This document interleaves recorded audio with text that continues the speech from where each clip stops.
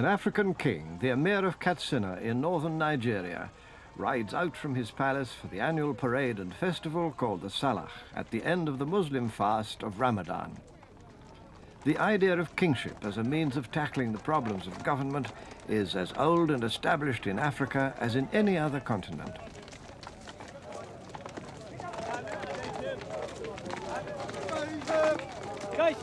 Surrounded by his bodyguards and by troops of loyal followers, the king receives the allegiance of his people.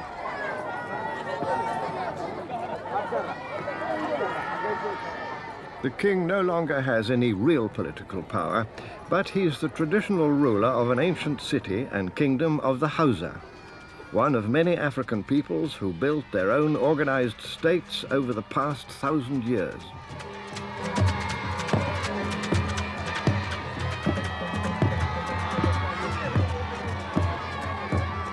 Kings need to display their wealth, and if they're wise, they also provide entertainment. But above all, kings need to display their power and authority in ways that are clear to everyone. The Salah is also a political event.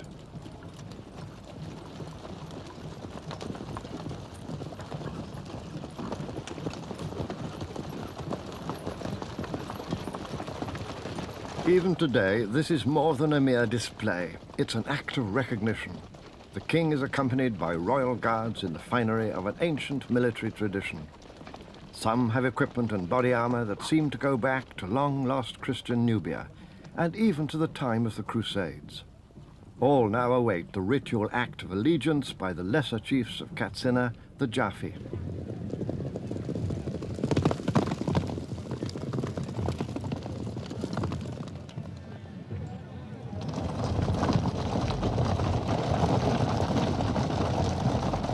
Wave upon wave, in a gesture which is part threatening and part submissive, the district heads salute their master.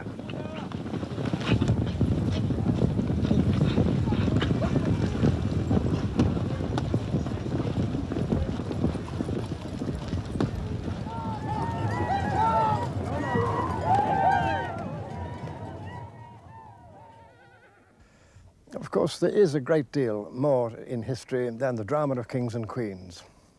A lot of African peoples found it easy, and indeed better, to do without royal masters. Yet kingship clearly remained an important part of the story, and the facts of Africa's historical development reveal a wide variety of kingdoms and empires. Most of the old kingdoms have vanished long since, and all the old empires, but some of them have left behind, for us, magnificent reminders of their majesty and power.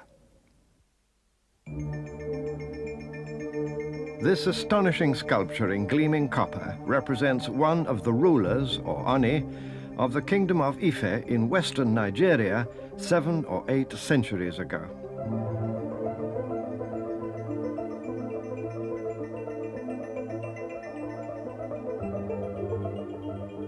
And yet, when these superb sculptures first came to the attention of Europeans, only as recently as 1910, the experts at once pronounced that Africans could never have conceived or made them, and that some wandering European must have been the artist. Now the world knows better. The truth is that these are portraits of African kings made by African artists for use in royal ceremonial.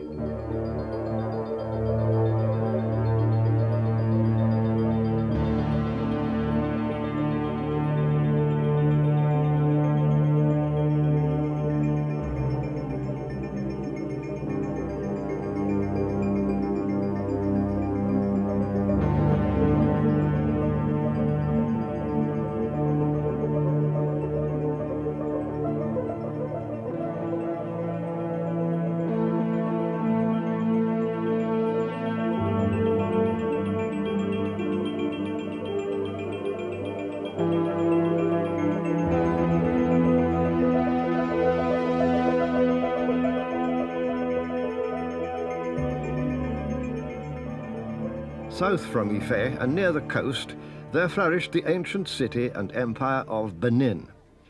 This old print, following a Dutchman's visit in about 1620, shows the king of Benin riding out to receive the plaudits of his people.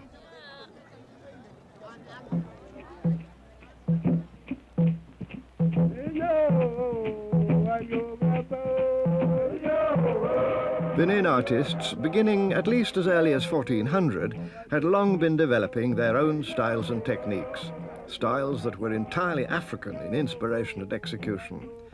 They have their place today among the artistic masterpieces of the world. This ivory armlet places the king where he belonged in Benin society, at the center of all things.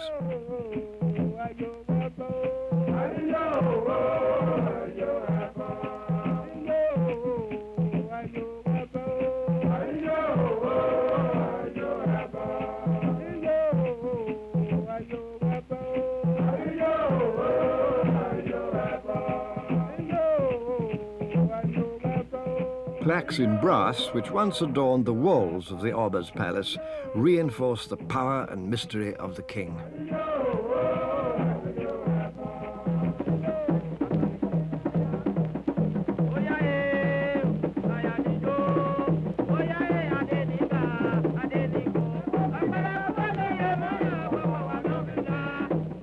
A visitor from Holland to the King of Benin in about 1600 wrote this report.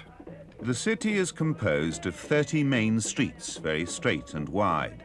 The houses are arranged in good order. The people are in no way inferior to the Dutch in cleanliness. Their houses are as polished as a looking glass. They have good laws and efficient police and show us 1,000 marks of friendship.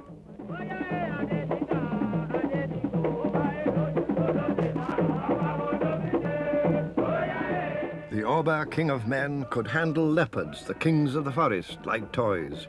From his waist sprang mudfish, symbols of power over sea and river, whose guardian was Olakan, archangel of the waters.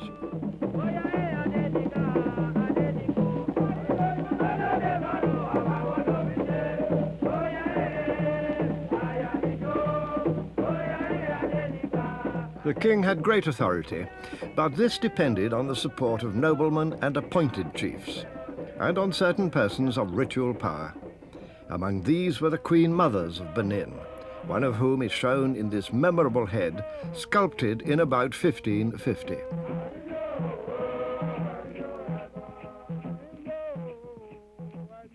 Adjoining Benin was the ancient empire of the Yoruba people, with its heart in the city of Oyo.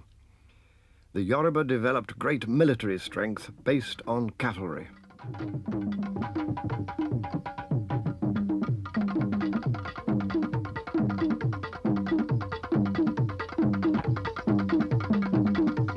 In matters of state, the king of Oyo had to consult his council, the Oyo Mesi. If the council were united against him, the king was in trouble. In theory, he was supreme, whether in religious affairs or secular matters. But if he lost the confidence of the Oyo Mesi, he could even face death. Such was the authority of the council that if they turned against him, the king might have to commit suicide. So kingly power in old Africa was a two-edged sword, and rulers had to use it with care.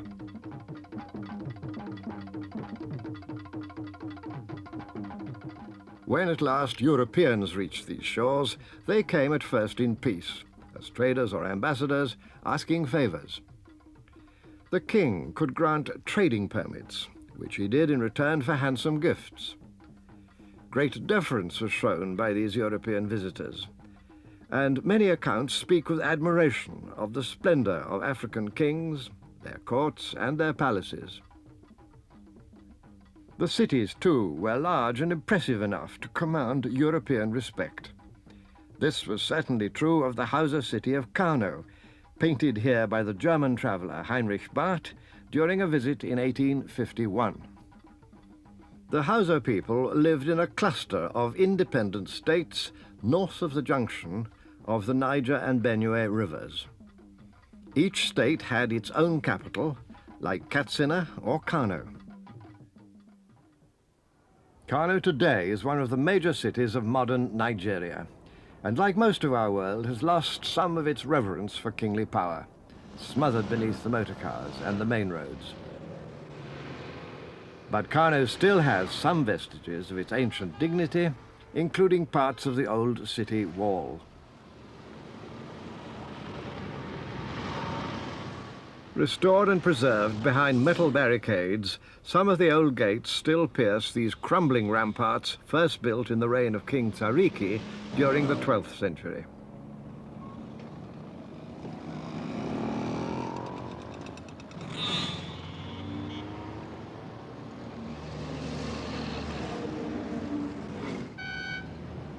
Modern Kano is as brash and noisy as any African city of our time, with its concrete office blocks, its traffic jams, its utterly persistent roadside vendors, and imperious police force.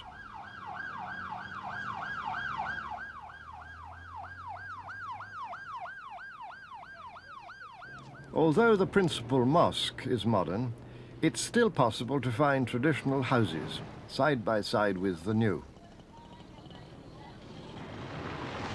These old townhouses were designed to match the hot, dry climate of the Western Sudan, and Kano's trading visitors often feel at home with older ways of life.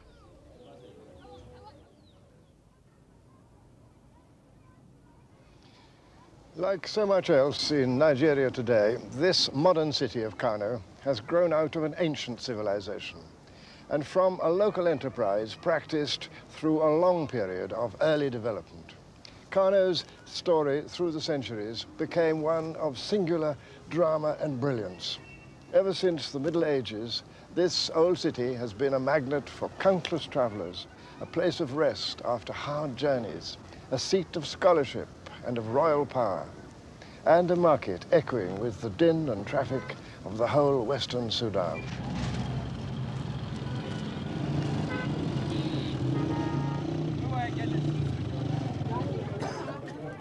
Trade has been a major activity in Kano since early times and has grown in importance with the city itself.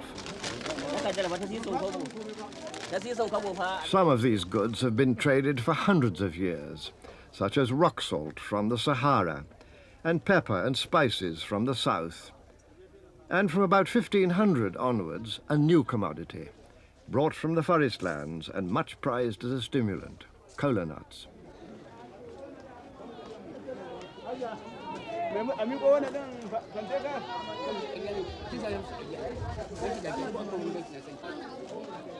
Whether the trade was long distance or local, Kano was, as it is today, a place where there was money to be made and goods manufactured for sale.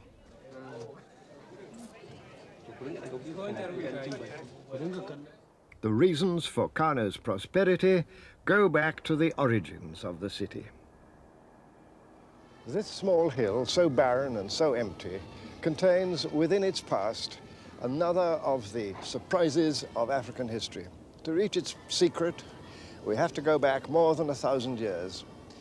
At that time, before or about AD 900, people came and settled and began to build a little town here on this hill, which they called Dala. To begin with, Dala was just another hill settlement, a source of iron ore and a place of refuge, otherwise no more important than many other small villages scattered across Hausaland. The early history of the region tells of rivalry between these villages, and Kano, well placed to take advantage of the natural wealth of the region, gradually emerged as the most powerful settlement in its area.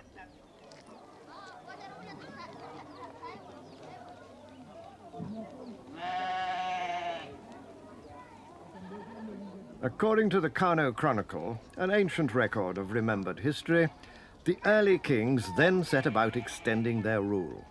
One by one, they outmaneuvered their rivals and absorbed their lands, much like the warring barons of feudal Europe. The royal palace, Gedan Runfa, was built in the 15th century, but the ritual pomp and circumstance of the court dates from much earlier times.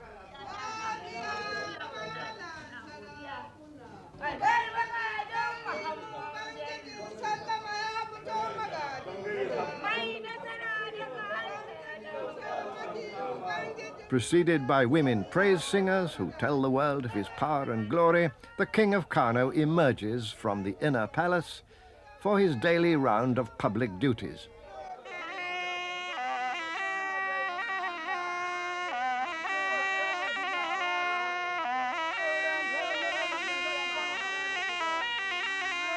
For centuries, the court has been run by a small army of officials, some born in service, others descended from noble families. In the old days, these officials ensured that limits were placed on the power of the king. He had his council, consisting of 4 traditional kingmakers. These were the Madaki of Kano, the Makama of Kano, the Sarkin Dawaki Metuta of Kano, and the Sarkin Bai of Kano, which of course is myself. And they used to give advice to the emir on all matters.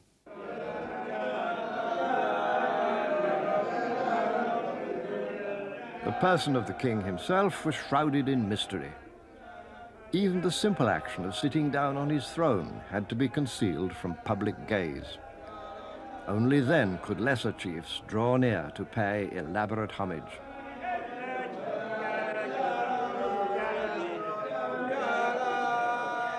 The king's face and most of the rest of his person were obscured from public view. His royal feet were not supposed to touch the ground. The ostrich feather sandals were part of his exclusive regalia. But in spite of all this prestige, there were strict limits to the king's authority. The 4 kingmakers had the power to choose the heir to the throne from any one of the male children of the royal family. The king was dependent on the cooperation of a large hierarchy of lesser chiefs.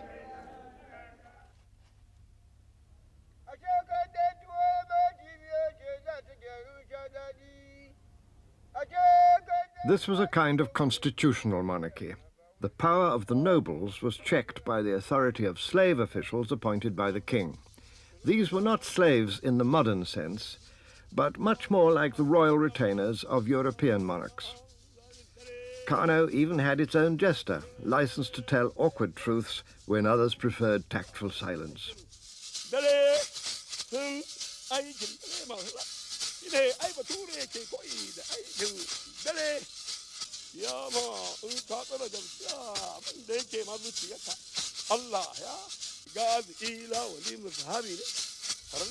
But there were other royal servants with great authority. A leading nobleman of Kano, the Makaman. Well, slave officials, there were 4, 2. That is Shamakin Kano, Salama, Darini, and Kilishi, slaves.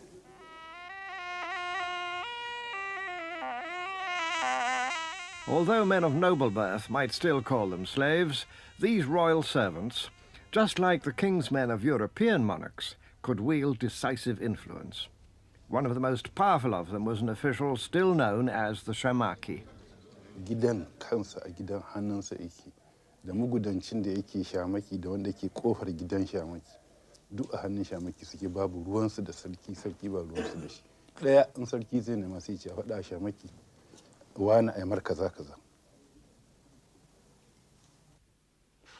Shamaki was responsible for the royal stables.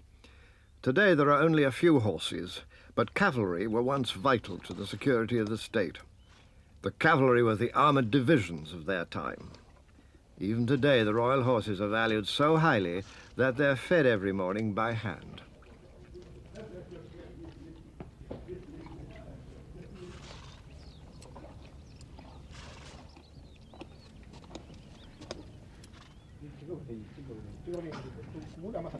The Shamaki's position was one of crucial trust because whoever controlled the cavalry controlled the kingdom. But he himself owed his position directly to the king's patronage. Only a foolish official would bite the hand that feeds him.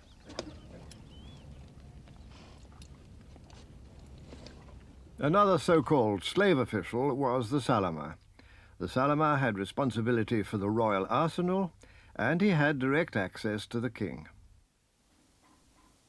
Wanda sarki amincewa, wato abu ne amincewa ne ga sarki dan za a je ya same shi a cikin gidansa. Kowane lokaci na da izinin da zai shiga ya samu sarki a gida. Aikin sallama da wannan amanar da na gaya maka ta gidansa da amanar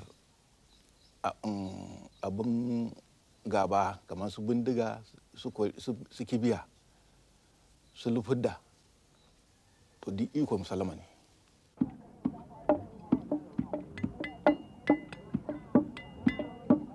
Guns were rare in Old Kano, and the king did his best to monopolize them for his royal bodyguard of musketeers. These were housed in the palace itself.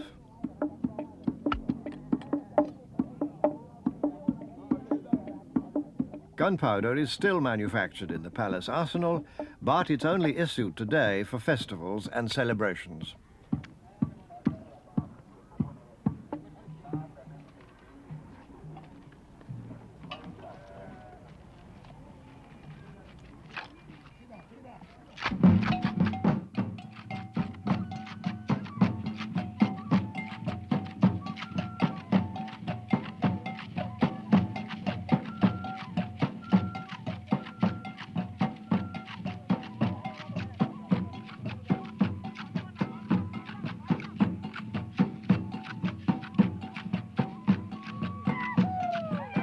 Control of the bodyguard is vested in the Salama.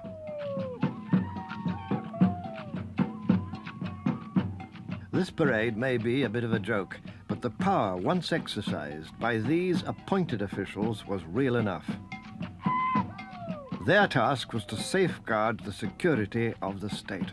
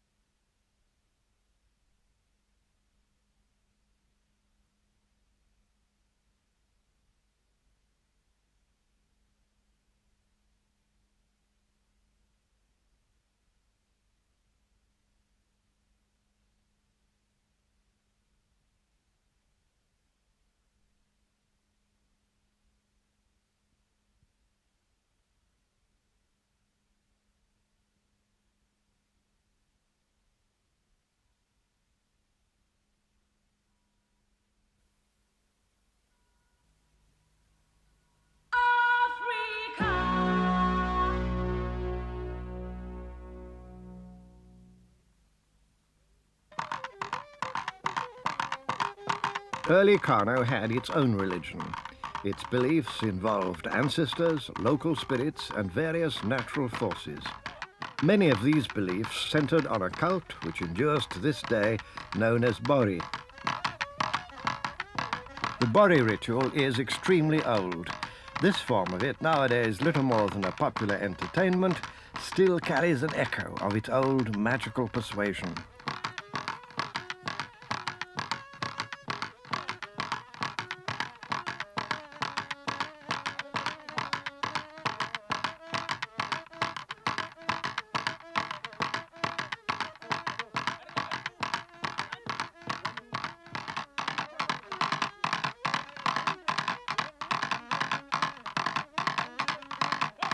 Over the centuries, as Kano's links with the outside world increased, the spirit cults gradually declined. They gave way to the modernizing influence of a world religion, Islam.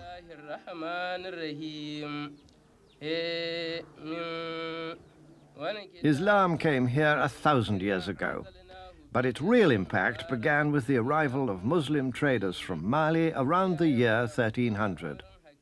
These were the Wangarawa, whose learning and prosperity reinforced the teachings of the Quran.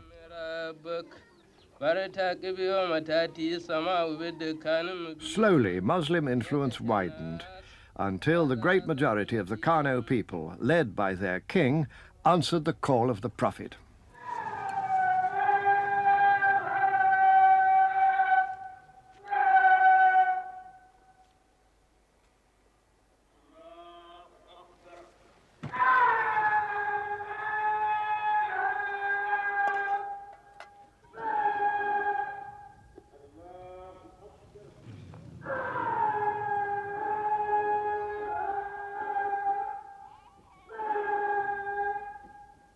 By the middle of the 15th century, the power and wealth of Kano had grown to a point at which a new and enterprising ruler needed to develop more modern forms of government. Mohammed Runfa, one of the most famous kings of the old Harbi dynasty, sent for a North African expert in Muslim law and custom named Al-Maghili. Al-Haji Maita Masuli explains. Sheikh Maghili, after having studied and after having become very learned and world famous in Islamic studies, decided to come to this part of the country to establish himself, which he did in Kano. He came during the reign of Muhammad Rumfa, a very well-known, very famous, and very scholarly emir of Kano during the Harbi days. Al-Maghili advised the king to set an example to his people in religious matters, since religion and authority went together. The king enforced the Sharia, the Muslim legal code, and formed a panel of Islamic judges, the Qadis, to preside over the courts.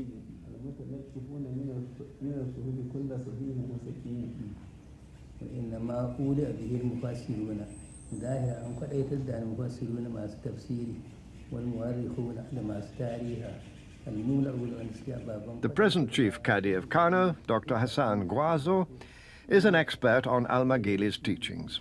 In fact, he devised two types of courts, that is, courts of first instance and also court of appeal. The court of first instance were the courts to be manned by the Qadis, but the court of appeal was that of the emir himself, that is the emir in council. That is, people aggrieved by the decisions of the Qadis or by the attitude of any official of the emir have got a right to go direct to the emir himself.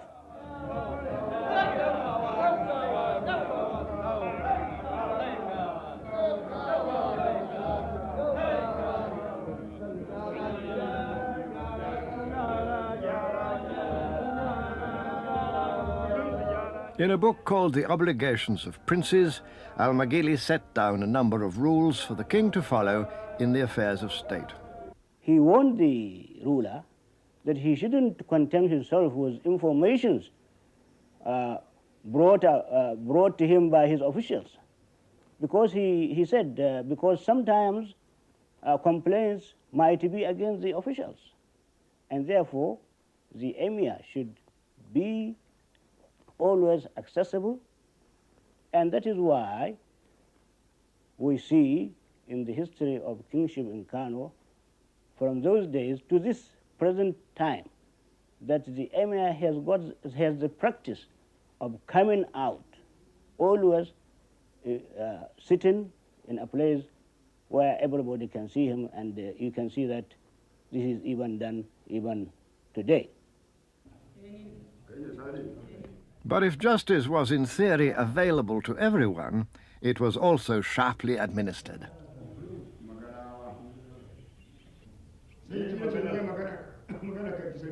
The king and his council had the same power of life and death as their contemporaries in Europe. He had the power to say if somebody had killed somebody, or the emir, and together with his legal advisors, would go through the case, and then if that person was absolutely guilty, the emir would send him to the hanging place. He had his head cut off.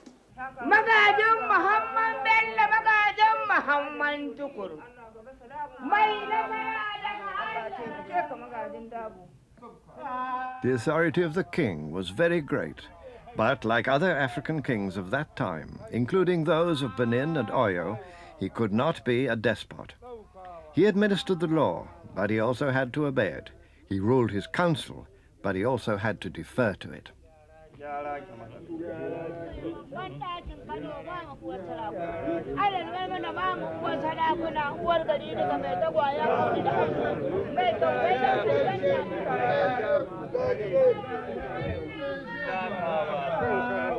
In some ways, African kingdoms were ahead of those in Europe in devising checks and balances to limit the power of the king. Al-Magili was building on earlier traditions of African political administration when he made rules for the exercise of royal power. Then later he wrote a constitution.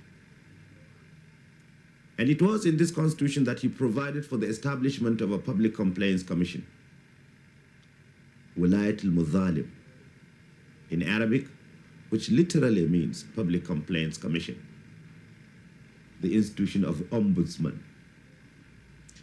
So you see, about 500 years ago, or even more, we had this institution of ombudsman in Hausa land. But the king remained at the center of all things, especially at the center of spiritual power. For the celebration of a major religious festival, the king still leads the prayers of his people.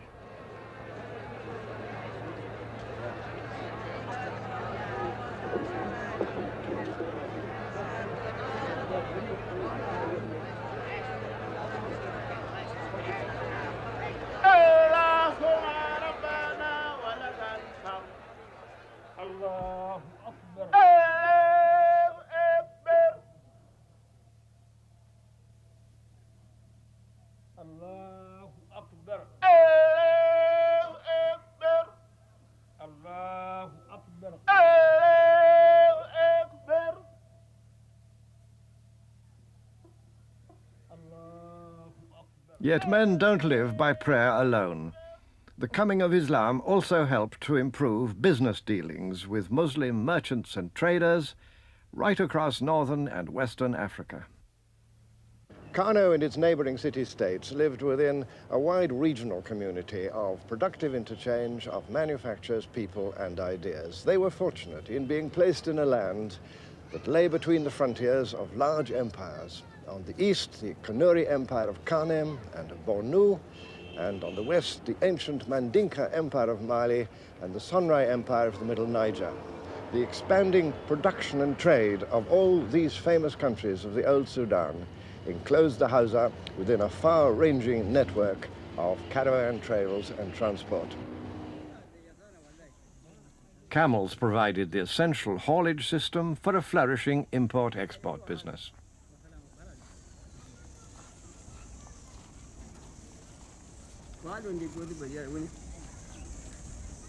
Kano prospered as a commercial center. In the market, a leather worker hand-stitches part of a camel saddle, one of many highly prized products which established Kano's reputation for skilled craftsmanship and manufacture. Kano leatherwork became so famous that it was traded across the Sahara as far as Morocco. From there it was sold again to Europe, even to buyers in England, where it became known as Morocco leather.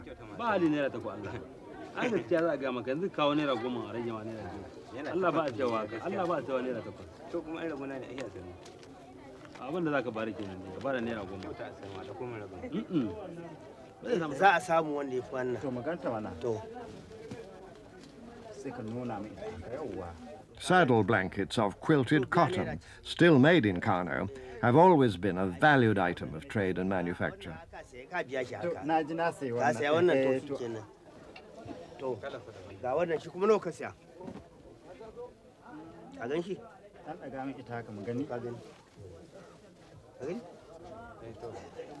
Another textile, unique to the Kano area, was once so much in demand that it was traded the length and breadth of the Western Sudan.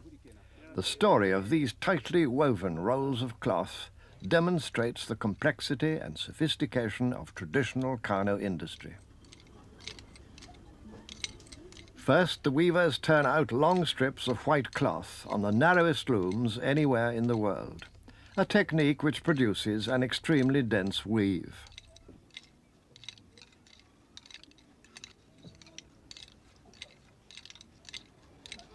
In the village of Kura, just outside Kano city, the strips of cloth are then sold to local businessmen.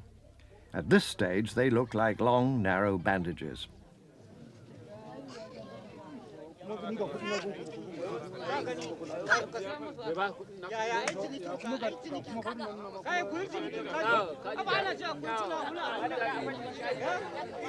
The cloth buyers then arrange for the strips to be sewn together into broad widths of material. These are then taken to the nearby village of Bunkere for the next stage of the process. Dyeing with indigo is another ancient craft, long carried out in the Kano region. Here again one sees how Africans have evolved their own techniques for specific needs. In this case, the need has been, and still is, to produce a fine, darkly dyed material for buyers far and wide, but especially for the Tuareg of the Sahara Desert, who long ago adopted it as their traditional dress.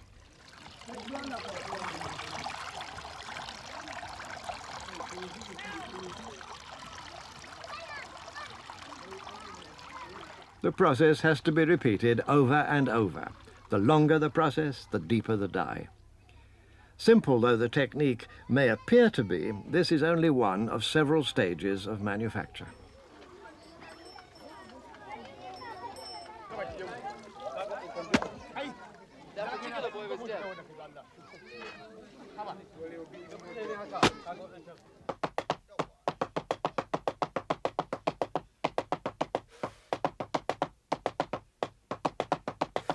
Periodically sprayed with water and pounded for hours on end, the finished product acquires a sheen that's much admired.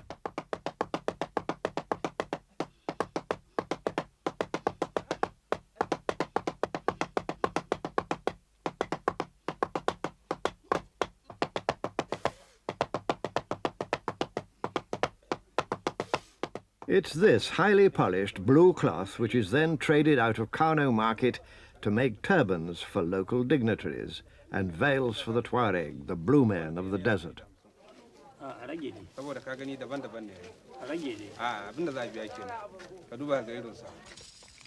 The manufacture and sale of textiles has been a staple industry in the villages around Kano for many centuries. Strips from looms like this, when sewn together into broad widths, were sold as robes or blankets to every people and kingdom in Western Africa. Here then was a nicely balanced community of interests between countryside and city, between producers and consumers. Industry and commerce guaranteed the city's prosperity. Whole villages which once were part of the Kano kingdom are given over to the manufacture of pottery.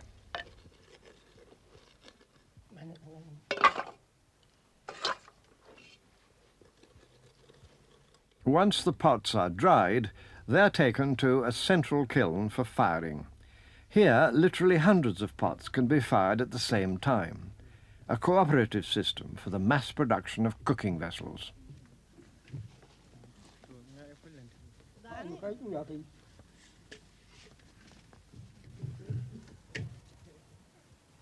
Governing and exploiting all this industry and trade were the king and his council.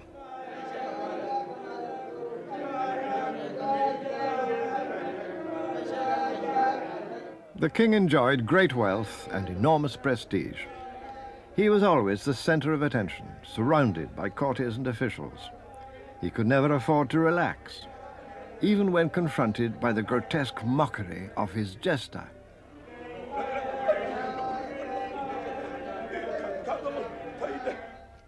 But alone in the royal garden within the palace walls, he could be his own man.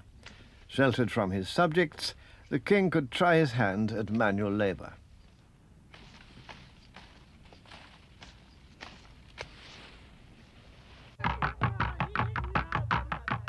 Women are rarely seen by visitors to the palace.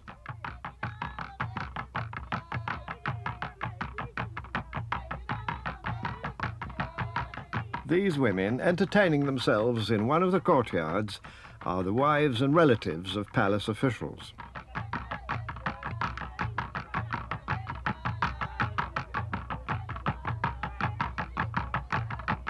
The wives and numerous concubines of the king himself are never allowed to venture from the inner palace. Moslem practice and royal prudence combine to keep them in seclusion. The present emir, like the kings of Kano before him, has many children.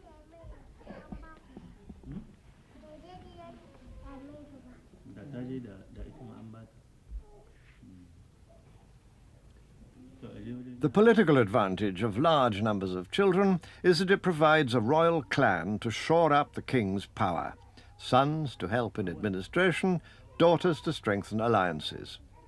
And instead of having to accept the oldest boy as the royal heir, the kingmakers could select the ablest.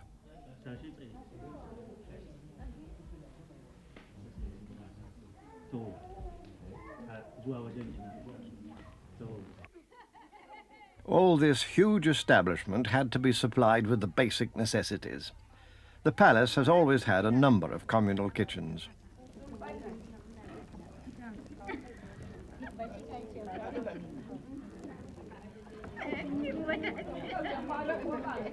Today, food must be bought at the market, but in the past it was taken from farms around the city as a form of taxation.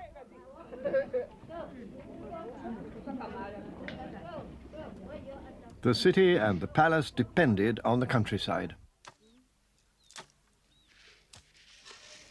The Hausa people's staple crop has always been guinea corn, known here as dawa, which has been grown in Africa for several thousand years.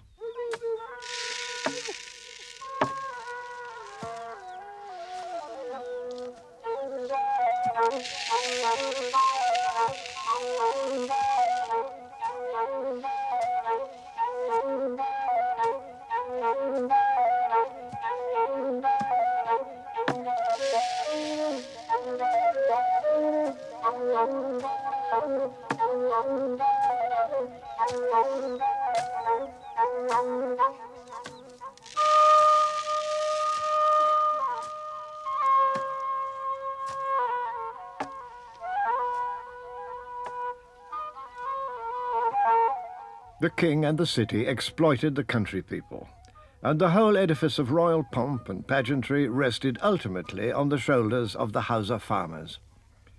As early as the 11th century, records tell of the unpopularity of royal taxation.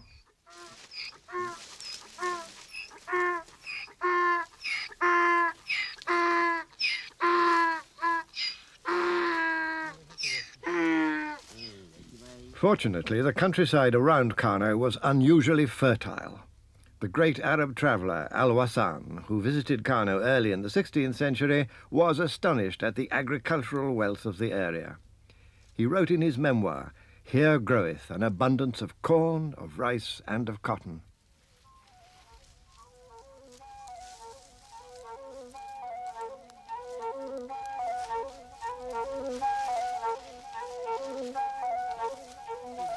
By the 16th century, grain was grown for sale as well as for domestic use.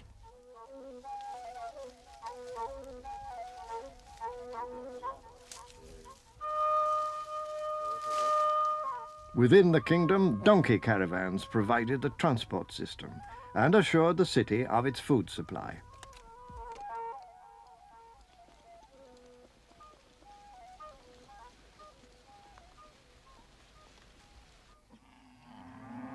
Cattle have been the other great agricultural resource on these broad plains.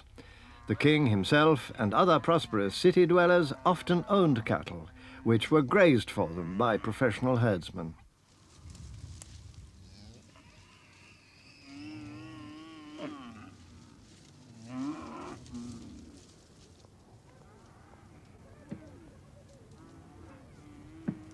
Village and city life became interdependent in Hausa civilization, two sides of the same coin. Yet the indispensable source of wealth in Hausa land was not the city, but always the village, whether for production of food or of cotton or other manufactures. Village people paid taxes in cash or in kind to the king of Kano because he was powerful, but essentially because they depended on him and his government to keep law and order in the land, and when foreign enemies appeared, to protect them with the royal army. Armies were raised, just as in feudal Europe, by requiring noblemen and village chiefs to call up their servants and retainers to fight for the king in time of war. The king had some trained soldiers in his bodyguard, but most of his troops were part-time infantry, none too keen on winning glory.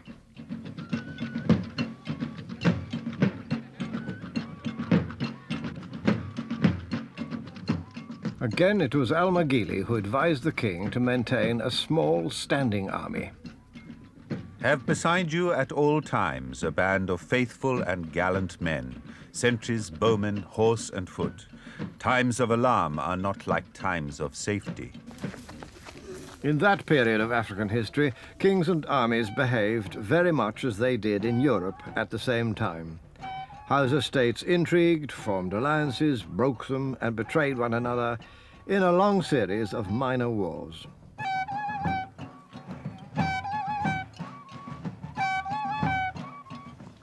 Today, the Kano army may be a trifle rusty, but when the bullhorn calls for courage, they do their best to dramatize the old assault tactics.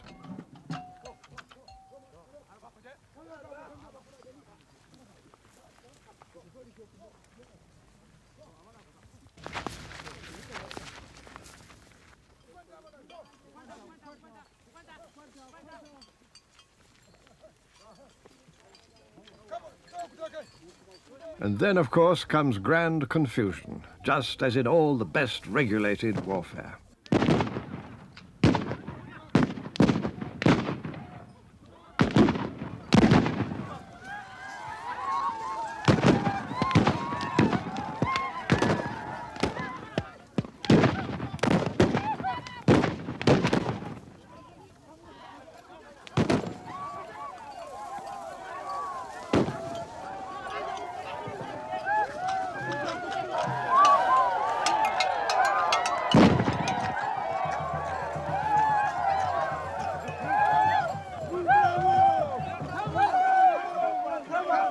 Victory. Then everyone dances.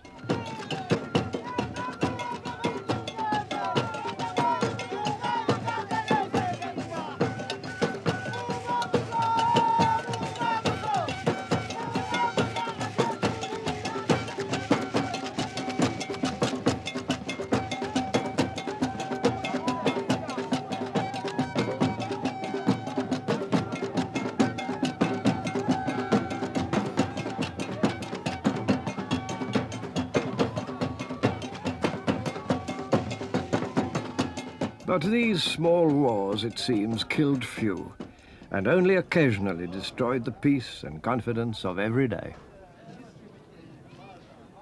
The Hausa people who built Kano and other Hausa city-states were the makers of a strongly conscious, vivid and independent civilization.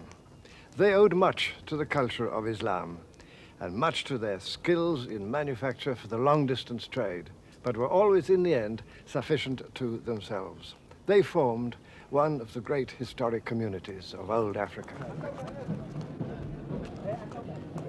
So the King of Kano, when he rides forth to greet his people, even today remains the symbol of a long development stretching back into the ancient past, very much remembered by the Hausa themselves. 500 years ago, Al-Maghili gave this advice to the king. Ride the horses of resolution on the saddles of prudence. Kingdoms are held by the sword, not by hesitation. Can fear be thrust back except by causing fear? The parade is a demonstration of royal power.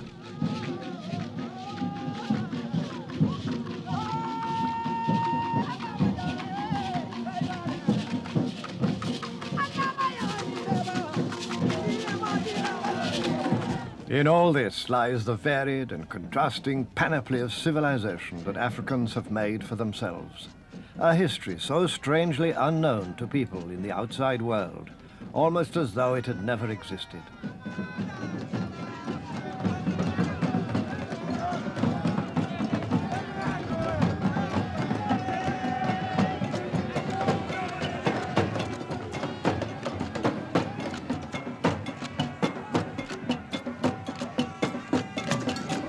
Africa's history is unique to itself, but it's also part of humanity's common inheritance.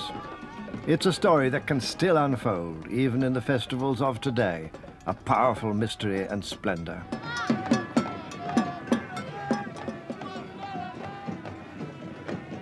Each of the ancient kingdoms of Africa developed its own customs and beliefs and laws.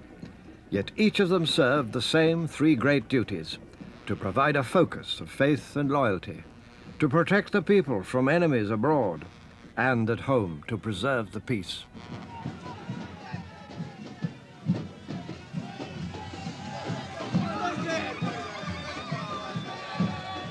Their record of success or failure, justice or injustice, has been remarkably like the record of other kingdoms in the world. In that heritage, we have all shared.